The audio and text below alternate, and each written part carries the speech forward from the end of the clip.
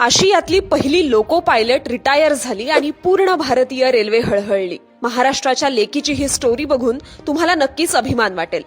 18 सप्टेंबरला राजधानी एक्सप्रेस सीएसटीला लागली आणि 36 वर्षांच्या प्रदीर्घ सेवेनंतर ती निवृत्त झाली। ही कहाणी आहे सुरेखा यादव यांची, जगातील पहिल्या महिला लोको पायलटची। 2 सप्टेंबर 1965 रोजी साताऱ्यात जन्मलेल्या सुरेखानं इलेक्ट्रिकल इंजिनिअरिंगचं डिप्लोमा केलं।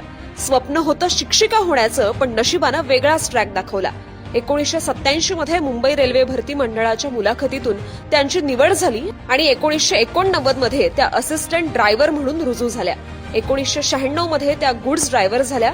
2000 मध्ये मोटर वुमन आणि 2010 मध्ये अवघड घाट विभाग हाताळत पहिल्या घाट ड्रायव्हर ठरल्या।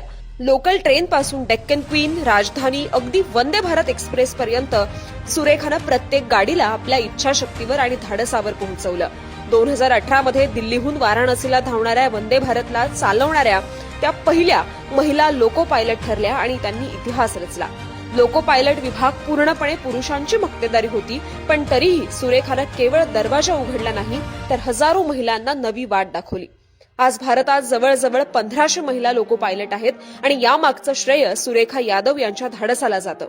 म्हणूनच भारताच्या अभिमानाला आणि महाराष्ट्राच्या लेकीला संवाद सेतूचा मानाचा सलाम।